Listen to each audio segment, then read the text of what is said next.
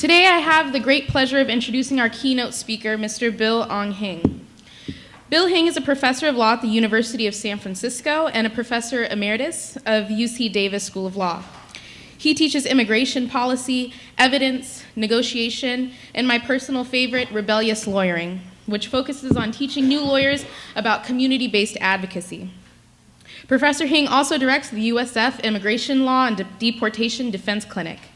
Throughout his career, Professor Hing has pursued social justice by combining community work, litigation, and scholarship. He is the author of numerous articles and practice-oriented books about immigration policy, race relations, and community lawyering.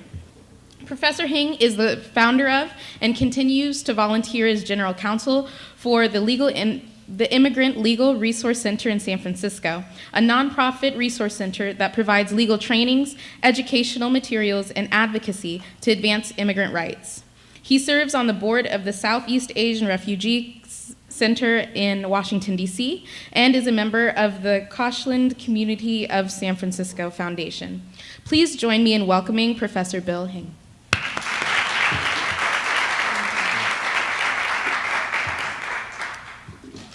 Thank you, Akasha, and thank you very much for the invitation that you extended to me for being here. It's really an honor to be here, and thanks to the faculty and staff that provided the support for my visit here today. So, these are kind of the topics that I'm going to loosely discuss today. And I don't know about you, but the reason I'm here is because of someone like Walter Scott. A few minutes after being stopped, he ran from his car and an officer chased after him, and the officer used a taser on Walter first, and of course there was a struggle that ensued, but the officer ended up shooting him with a gun 8 times. He reported that he used this weapon for safety. Walter was a Coast Guard veteran studying massage therapy. He was a devout Christian who sang in his church choir. He was remembered by his brother as being outgoing and someone who knew everyone. He had 4 children. Walter Scott's life mattered. Why are we here? Well, again, consider Ferguson. Consider Oakland.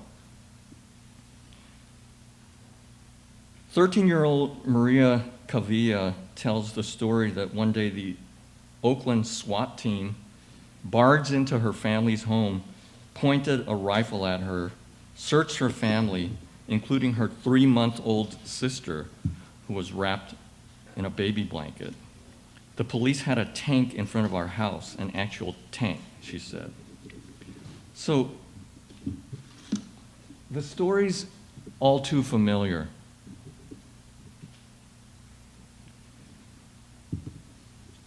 A traffic stop, it could be a respectful answer, it could be a smart-ass answer, it could be a sprint to escape, or you could be sitting still but glancing away. Whatever the trigger, the cop's violent reaction can end up with another unarmed person shot in the head.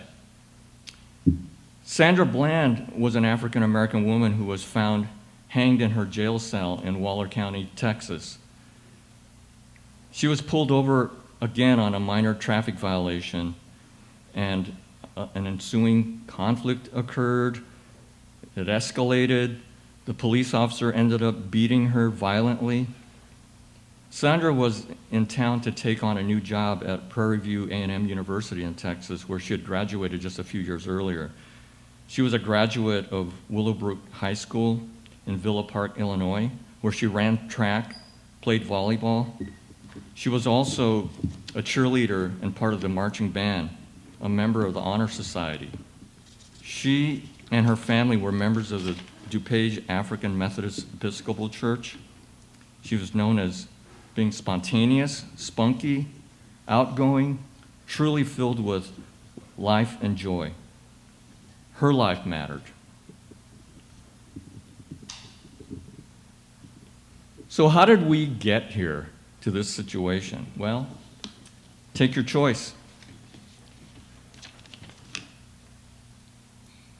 Take the war on drugs, for example. The police, like those in Ferguson or Oakland, were transformed by the military hardware that began to arrive with the war on drugs in the 1980s. Tanks, helicopters, assault rifles. So are we shocked that police officer recruits are trained with a mantra of war on crime, war on drugs? Are we shocked that it breeds a militaristic attitude in the minds of the cop on the street? Every time that officer straps on a weapon, he does it with the idea that there's a war out there.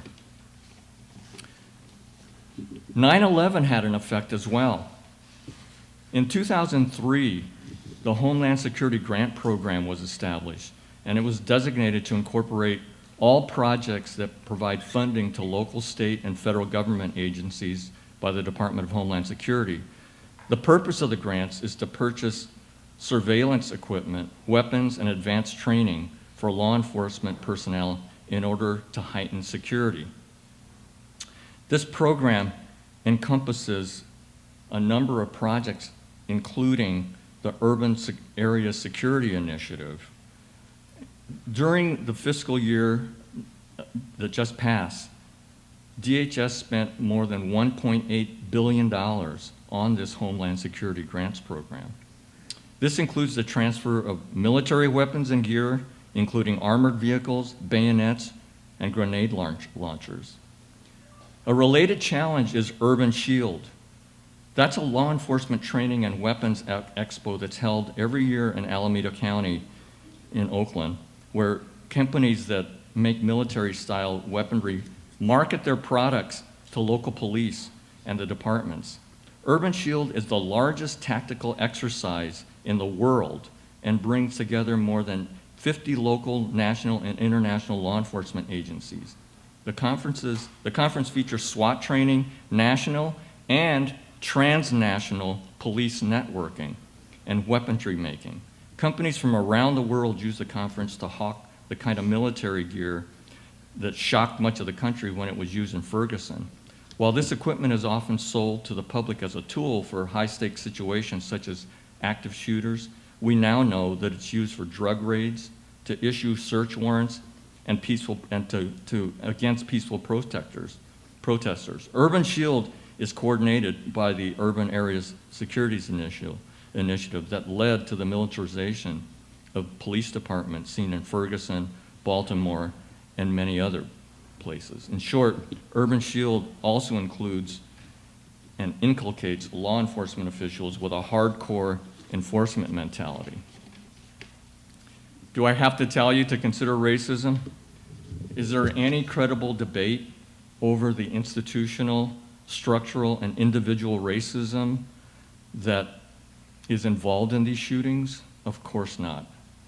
Driving while black is only one example. Out of 13 million stops in North Carolina, black and Latino persons are subject to consistently higher rates of search and arrest than whites.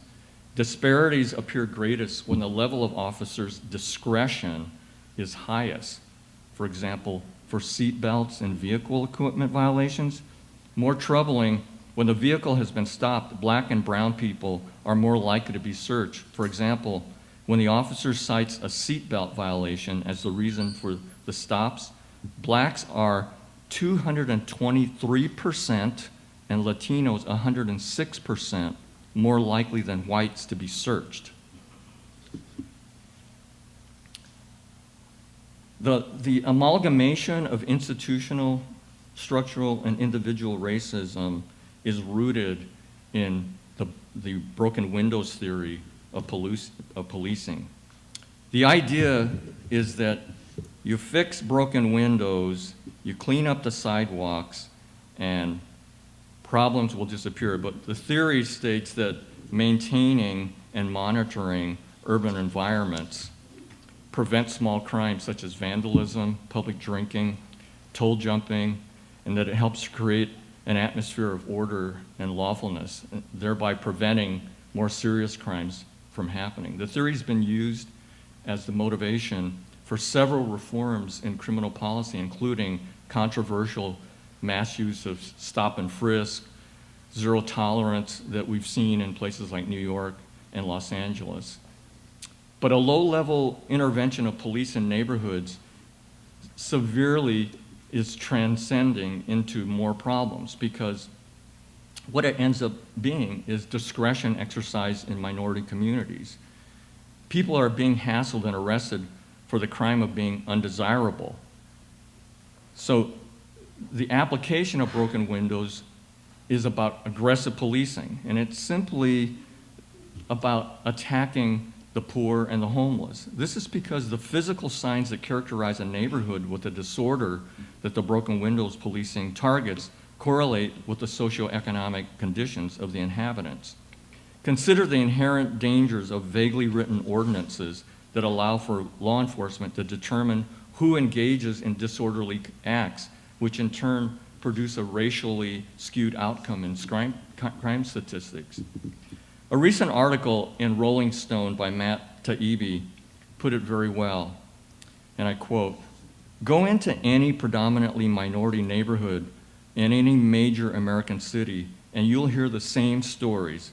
Decades of being sworn at, thrown against the wall, kicked, searched without cause, stopped naked on busy streets, threatened with visits from Child Protective Services, chased by dogs, and arrested and jailed, not merely on false pretenses, but for reasons that often don't even rise to the level of being stupid."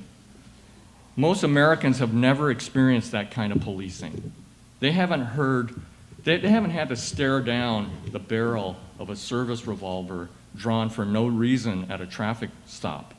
They haven't had their wife and kids put on an ice-cold sidewalk by white cops. They haven't had white cops run their license plates. They haven't even been told to get the fuck back and then get right back in their car. They haven't had their dog shot and their kids handcuffed near its body during a wrong door raid. Watch their 7-year-old dragged to jail for sitting on a dirt bike. "It's everywhere," said a 24-year-old woman, Kristen Brown, who was roughed up and arrested just for filming police in a parking lot. You can be somewhere minding your own business and they will find their best way to fuck with you, point blank. For the officer on the ground, stop and frisk meant a commitment to new statistic-based, highly interventionalist kind of policing, and one that was inherently discriminatory. In poorer neighborhoods, cops aren't waiting for a 911 call. They were self-initiating.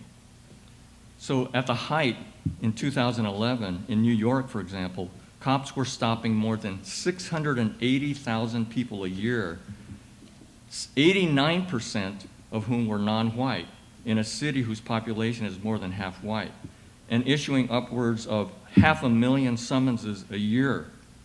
Many other cities, like Philadelphia, Seattle, New Orleans, and Boston, created their own aggressive policing policies. A Miami suburb called Miami Gardens executed more than 99,000 stops in a 5-year period and reportedly stopped the same black man 258 times, including dozens of times inexplicably for trespassing at the convenience store that he worked at.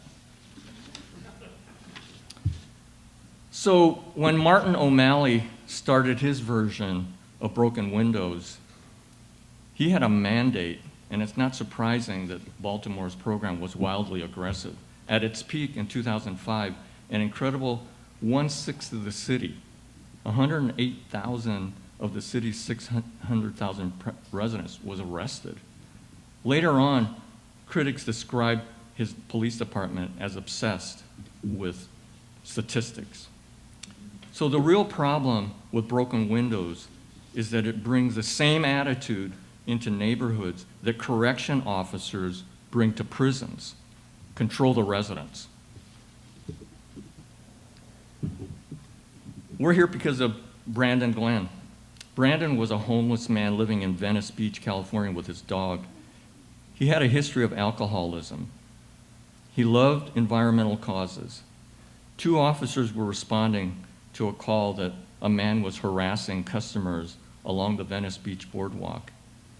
They saw a struggle between Branton and another person, so the officers attempted to arrest Branton and in the process shot him. After viewing the video footage, the Los Angeles Police Department police chief found that there were no extraordinary circumstances that justified shooting an unarmed man.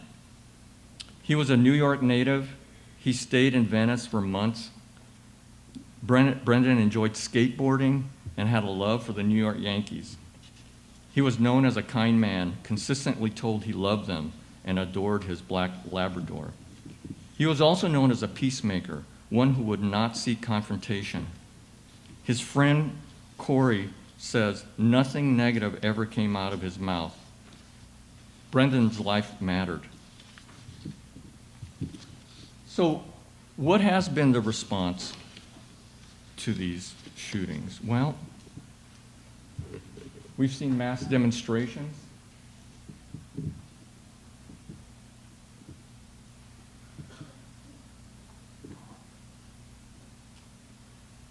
We've seen the establishment by the president of a task force.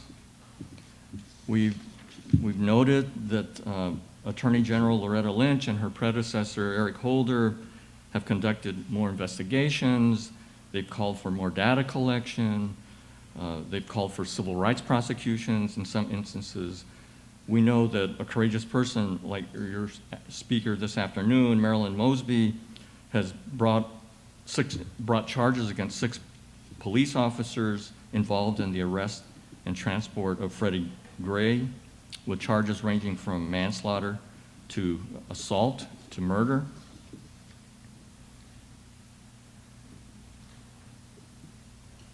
And we know that we have response from not just conventional persons, but also from the grassroots, from organizations that combined activism in the street sense, but also activism in the cultural sense. For example, Dark Matter is a project of performers that goes around the country talking and focusing on discrimination and violent policing. We know that there has been collaboration, for example, through AROC, of connecting the dots with the Palestinian movement and Ferguson.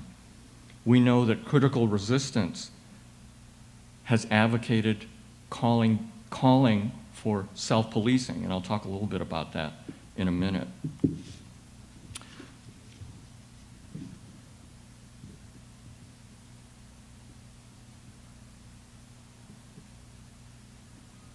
So they have come up with proposals for change, and that's what I want to focus on for the next few minutes. But one of the comments that was used by an earlier speaker is this word disruption. And it's a phrase that I've been intrigued with that you find mostly on the business pages, in the sense that I'm going to use for a little bit.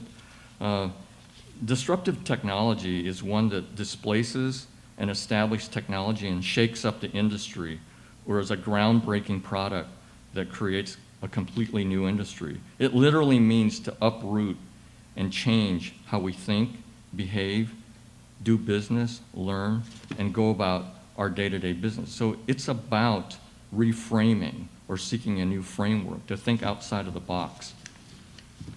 And I think that that's what, I do think that that's what we're beginning to see.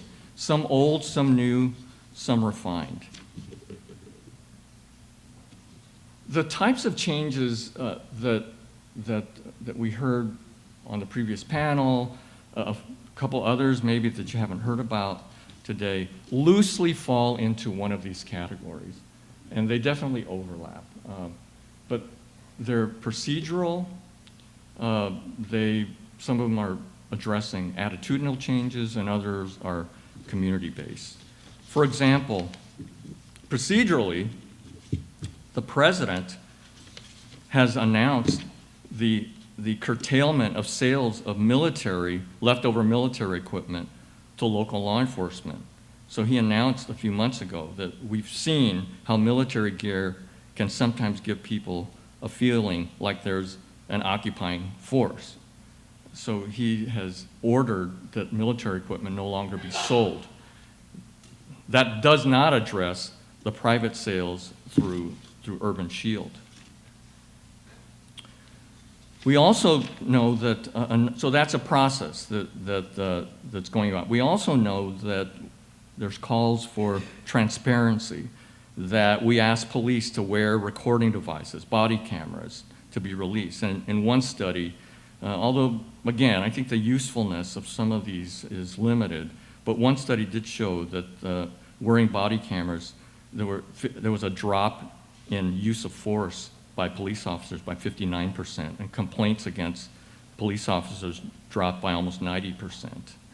Relatedly, in this transparency, we know that the community has engaged in transparency through the use of smartphones, and there's an effect that police officers call the YouTube effect, that last week here in Washington, some of the chiefs of the nation's biggest police departments claim that officers in American cities have pulled back and have stopped policing as aggressively as they used to, fearing that they could be the next person in a uniform featured on a career-ending viral video. So there's really no evidence of that. But police chiefs have broadly spoke about changed atmosphere in major city police departments over the past year. We should be so lucky. And they said that police officers may be doing their jobs, checking in, but they're taking fewer steps, such as confronting groups of loitering. And there was an allusion to this last night in the Republican debate when Christie complained that the president was sending the wrong message to police, that he wasn't supporting the police anymore, and that police don't feel supported. And my reaction to that is that I'm not sympathetic to police not feeling supported. They're part of an oppressive institution. And throughout history, as oppressive institutions fell, I doubt if the oppressors felt support from the people. So another procedural type of proposal that's been recommended by others, including the President's task force, is put better educated police officers in the ranks, recruit people with degrees, or give them money to get degrees. So the idea is that people with a little bit more education are less inclined to act foolishly. At least that's a theory. Another proposal is to use, and we've all heard this, use less lethal weapons, tasers. Studies show that these tasers seem to be effective in reducing civilian injuries, and one study showed that 70% decrease, there's a 70% decrease in officer injuries and 40% decrease in suspect injuries. Again, there are definitely limitations on the use of tasers. We know that it can escalate. Another procedural proposal by Attorney General Lynch and Jerry Brown, the governor of Arizona, of California, is to require law enforcement to keep records, to record every incident that they have with a suspect, to write down why they stopped the person, what color the person was, and what the outcome was. Again, a procedure that in theory, and this was supported by Black Lives Movement as well, Black Lives Matter as well. The theory is that if a police officer is forced to have to go through that mundane process of having to explain why they stopped someone and what the race is, that they'll think better before they stop someone. And that's the idea. Whether that works or not is going to be another question.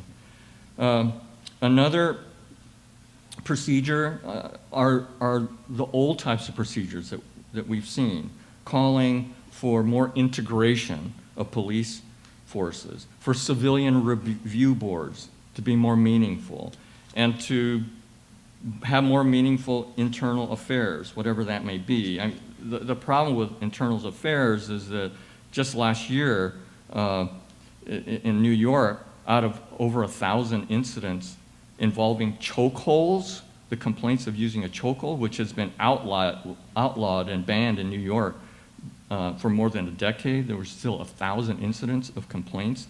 Only 10 of them were sustained by internal affairs. So we're also here because of Tamir Rice. He was a 12-year-old boy who was shot because police believed that he had a gun, and the gun turned out to be a type of replica gun that is called an airsoft gun, and the 911 caller that reported him actually said it was probably a juvenile. So the 911 caller said this to the police. It's probably a juvenile, and it's probably a toy gun, and said that twice.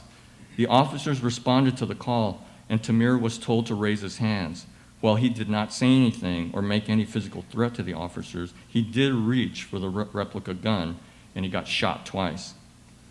So 12-year-old Tamir was described by neighborhood witnesses as a kid, a little boy. He was well-liked in school. His teacher, Carletta Goodwin, stated, he would tap on his desk. He would sing to himself. I would say, okay, that's enough, because he would get the rest of the class going. He loved sports. He loved music. He loved to draw. Tamir's life mattered.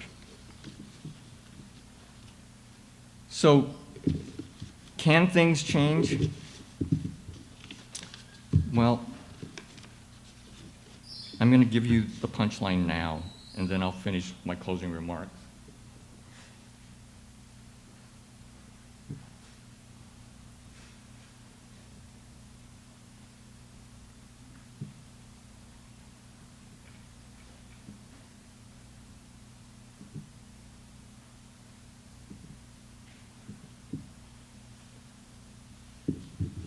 So,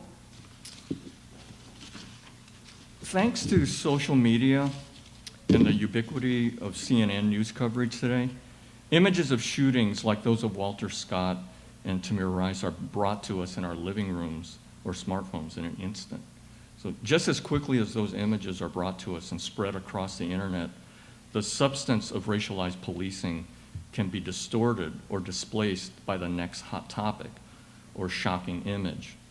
So one can make a good case that the only reason that racialized policing remains in the consciousness of many Americans is due to the constant repetition of these tragic incidents, at least for 24 hours.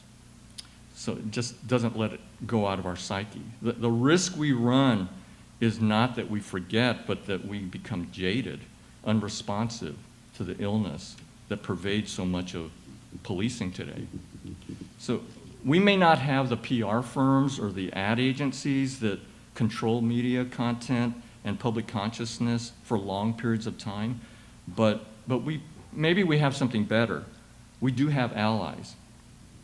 We do have the social media. The 24 news cycle can be disrupted. The power to challenge framework of policing and to disrupt the cops' approach is there. Most of us raised a skeptical eyebrow when in Grutter versus Bollinger, the affirmative action case of 2003, Justice O'Connor predicted that within 25 years, the use of racial preferences would no longer be necessary. Justice O'Connor, we wish you were right, but we knew you were wrong.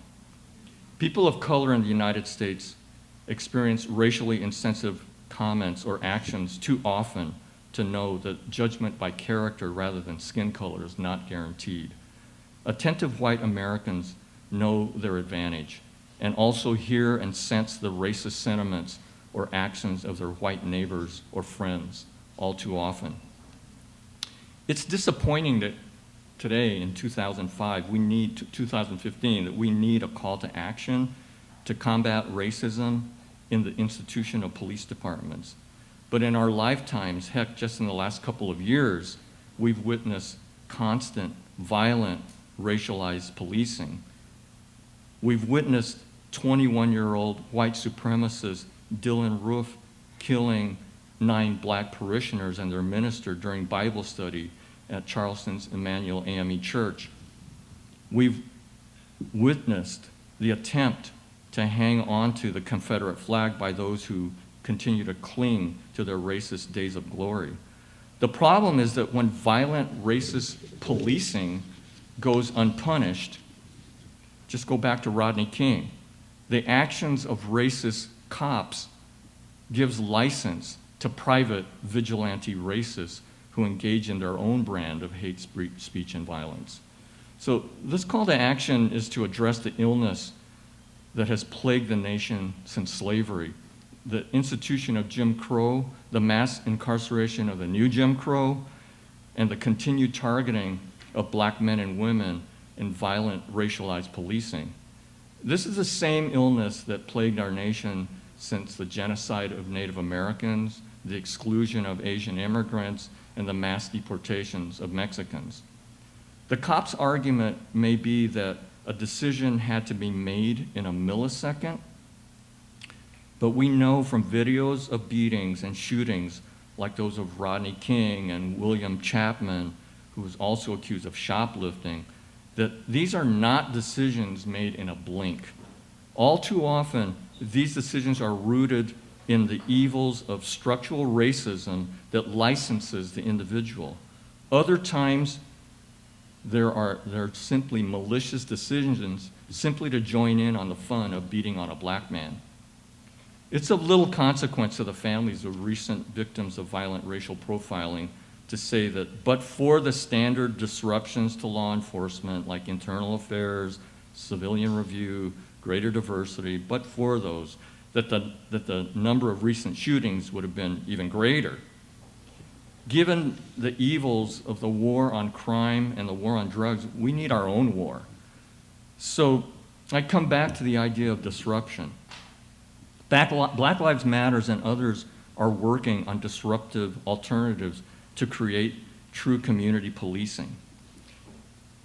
One of the ideas that Black Lives Matter and the critical resistance has come up with is to replace the police through a program called Oakland Power Project.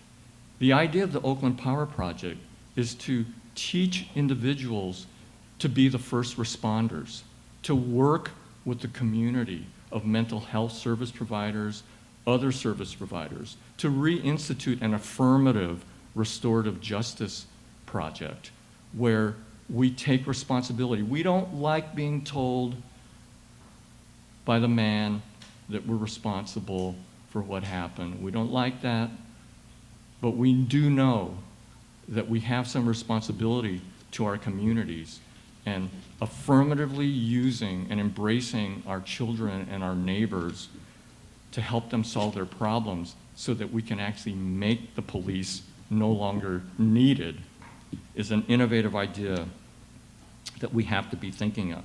So the rebellious method of organizing, recognizing that meaningful, lasting change can only come about through collaboration with allies, with common goals and experiences, working with the labor movement, immigrant rights groups, Latinos, Asian American organizations, pro-Palestinian leaders, and grassroots groups like Critical Resistance, Blackout Collective, Stop Urban Shield, Dark Matter, working with them. That all represents a strong foundation for collective change. What are the disruptive approaches that will result?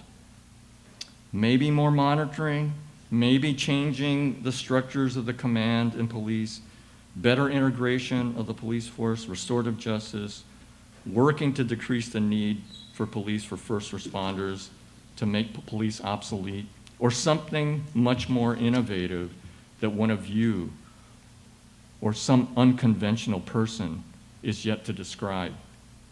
We have the power and the ability to disrupt. Yes, disruption is in the classic take to the streets sense and through social media, but also in the sense of reframing or uprooting and changing how police do their work day to day.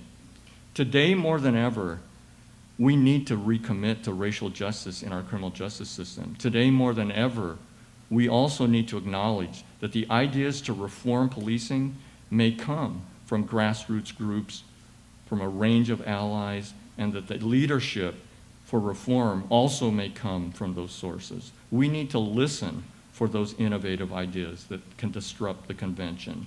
They might come from that young black child on an American street or from some soul resisting similar oppression in the Middle East. Those disruptive ideas will flow from the sorrow and the anger over the racist shootings that we've witnessed. And we and our friends must turn that outrage into humanistic solutions based on the understanding that lives matter as the souls of those who hold the guns and drive the tanks are transformed, willingly or not, into choosing peacemaking over violence. We have to believe that this is possible. So that the answer, can things change, is yes. Thank you.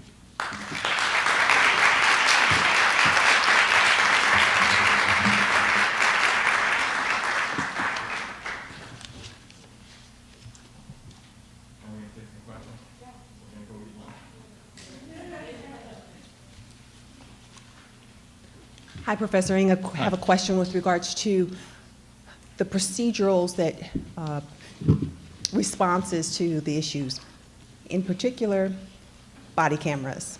Mm-hmm. What is your position on their effectiveness? And do you understand or believe that it's the type of camera that's going to make the difference? Mm-hmm. Yeah, I'll be perfectly honest with you.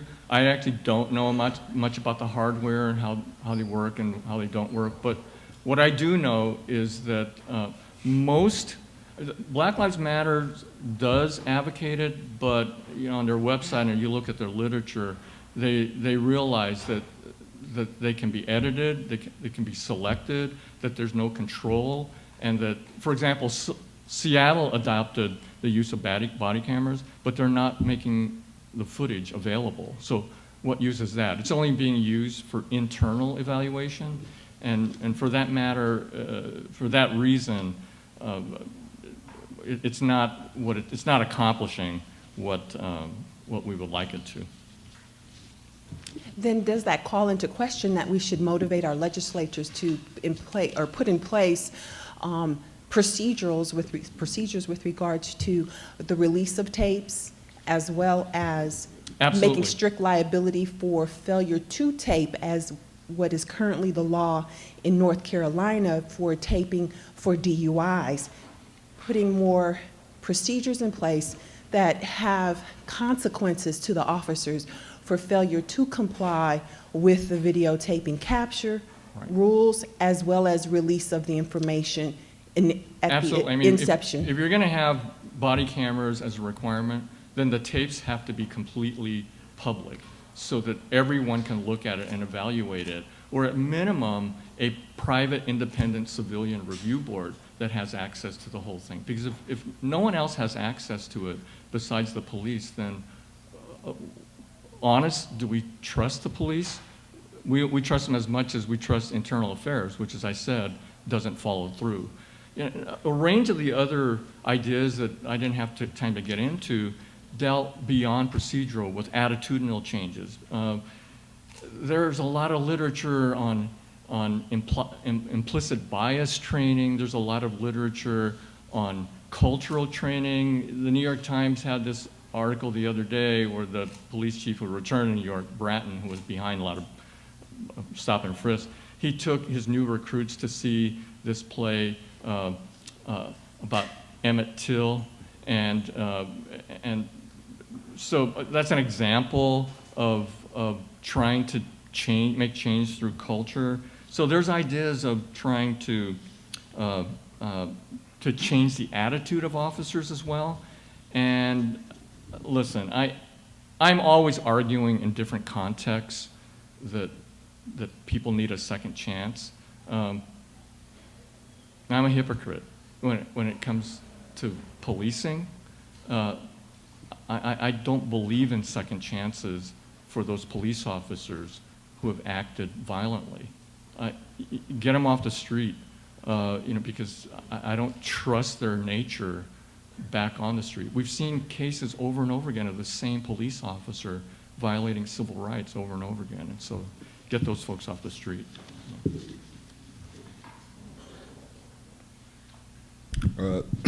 You said earlier that most Americans don't really know about a lot of the brutal tactics used in minority neighborhoods as far as policing and a lot of the issues that minorities go through. So I was wondering, how do you think that true, honest change can come about when the majority of Americans either don't know what's going on, see it as an isolated incident, or just feel like it doesn't pertain to them?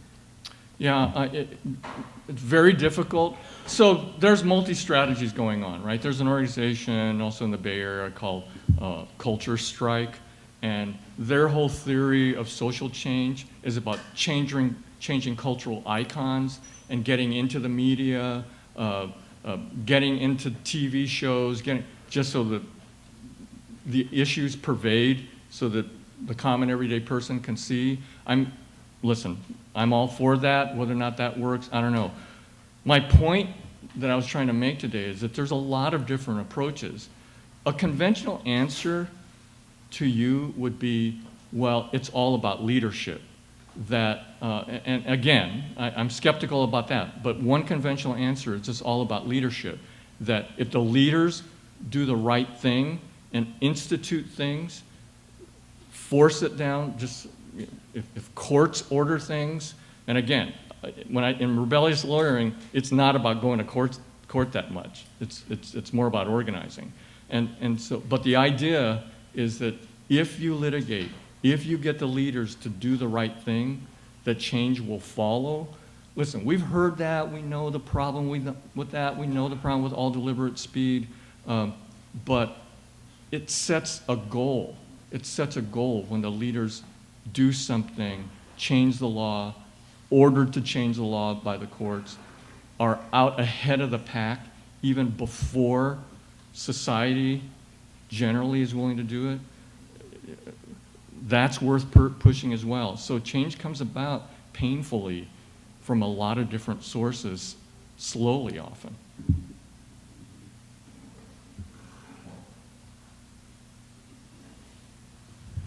Good morning, Professor Morning. Ng. I'd like to thank you for your Sure. presentation. This is a very important topic, and I appreciate your time here. Please forgive me for asking a somewhat controversial question. Sure. To what extent is looking at police brutality in isolation from the overarching power structure, maybe looking at a symptom rather than the root, and possibly counterproductive? So, reworded, are we just looking at a manifestation of the same thing that we've been seeing, as you've said, since slavery? So slavery had the control of black people, then following that, lynching movements had the same control of black people, then Jim Crow laws had the same control of black people, then segregation had the same control of black people. So police brutality is really the same thing in a slightly different form. It's definitely a symptom. That's why I was. So- Go ahead. Sorry. I'm sorry. I thought you were finished. Please finish.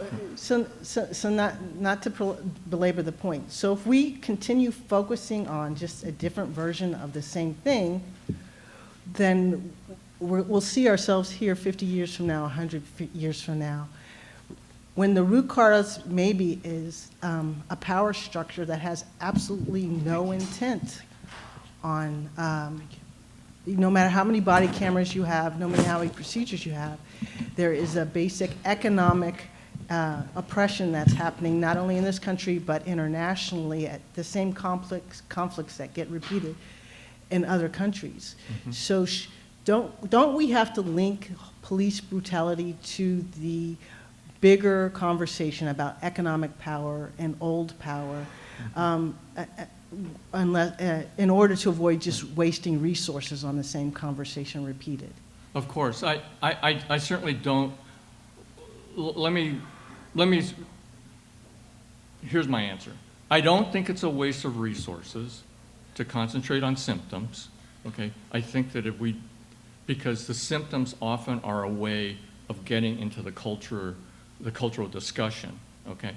But I couldn't agree with you more and that's why I was very careful to use the words individual, structural, and institutional racism, because the whole idea of police departments and the tool that they use going back to issues, for example, of the broken windows theory of policing, it gave license to creating, at least in terms of police institutions, the types of actions and military and invasive and intrusive and controlling poor communities. It gave license to all that in a way that when a new recruit comes in, he or she may not have been racist, but they're put into the structure or the institution that's erected on racism, and then all of a sudden they're acting racist individually, okay?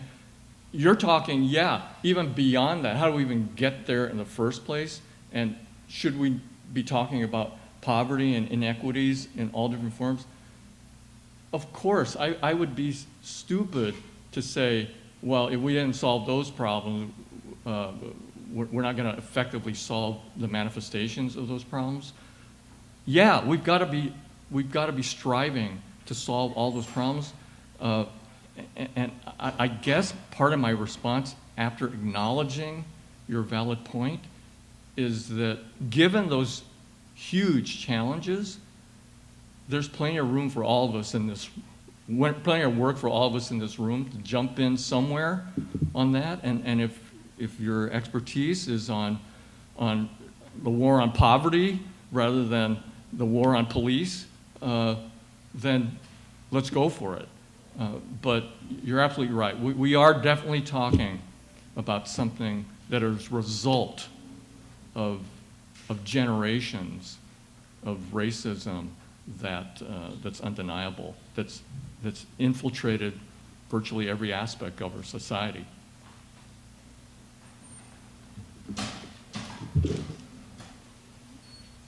Thank you so much, Professor Hing.